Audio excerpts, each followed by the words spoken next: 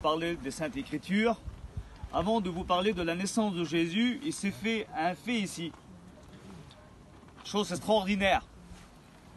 Il y a un roi qui est né ici. On l'appelle l'homme selon le cœur de Dieu. Mais sa naissance, elle n'est pas prononcée comme le Christ. On va voir selon les Écritures, on démarre par la naissance d'un roi. David est né ici. David parlait de bouche en oreille avec Dieu quand je vous parle. C'était un homme extraordinaire. Dieu avait décidé qu'un roi est né à Bethléem et qui prendrait la toute-puissance sur toute cette terre sainte. Et l'histoire a dit que David a grandi et David est devenu roi. Une belle naissance avec un homme qui a construit beaucoup de choses en Dieu et qui a eu des victoires extraordinaires. Mais là, il s'est passé quelque chose d'autre. Une naissance différente, une histoire différente. Si David était l'homme selon le cœur de Dieu, Jésus était le cœur de Dieu. Amen. Voilà toute la différence. Il y a un roi qui est né ici, le Sauveur. Il dit, je vous annonce une grande nouvelle. Mais elle est où cette nouvelle-là? Il dit, je vous annonce une grande nouvelle. Il dit, dans la ville de Bethléem, un sauveur vous est né. Alléluia. Son nom est Jésus-Christ. Voici que le départ de la grâce commence. On est sur cette ville-là, cette colline-là, dans cet endroit-là. Il y avait un village qui était là. Et la Bible, elle prononce bien, pour celui qui veut lire l'histoire, ça se trouve dans le livre de Luc, chapitre 2, jusqu'au verset 7. Il faut les s'inscrire. Comme on l'arrivait dans cet endroit, il faut les mettre un nom. Donc les parents ont mis un nom. C'était une obligation. Mais l'histoire, elle prononce très bien. Il n'y avait pas de place pour eux. Tout était complet.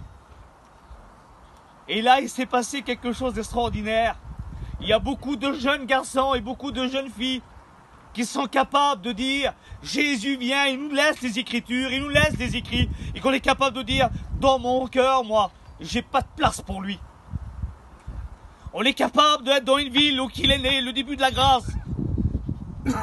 Le début des Écritures parfaites.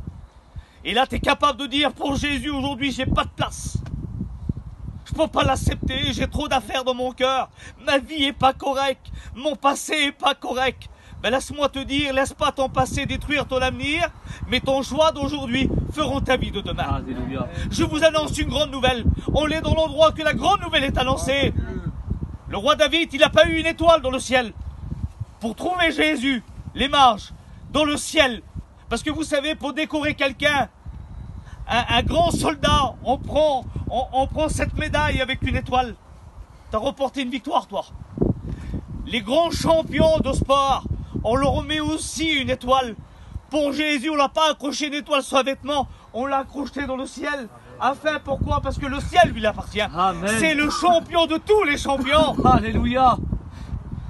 Et les mages ont regardé cette étoile ici, à cet endroit-là. Certainement sur les collines. Certainement qu'on est là. Et l'étoile, elle était là. Un sauveur nous est né. Et comme les mages sont arrivés, ils ont vu Jésus. Alléluia. Tout petit. Et les mages, ils ont vu des biens. Jésus ne te demande pas tes biens aujourd'hui. Il demande ton péché. Fais de la place pour Jésus. Amen. Fais de la place.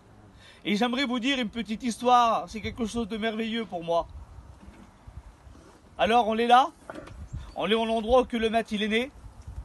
On est assis. On a fait 5000 km. On ferme nos yeux. Et on dit, Seigneur, t'es né là. Mon sauveur, il est là. Quelle est la place qu'il a dans mon cœur aujourd'hui? Amen. Tu serais capable de dire aujourd'hui dans ton cœur, je suis là où il est né. La Bible, elle dit, il n'y avait pas de place pour eux. Donc, ils l'ont mis là, dans une petite étape.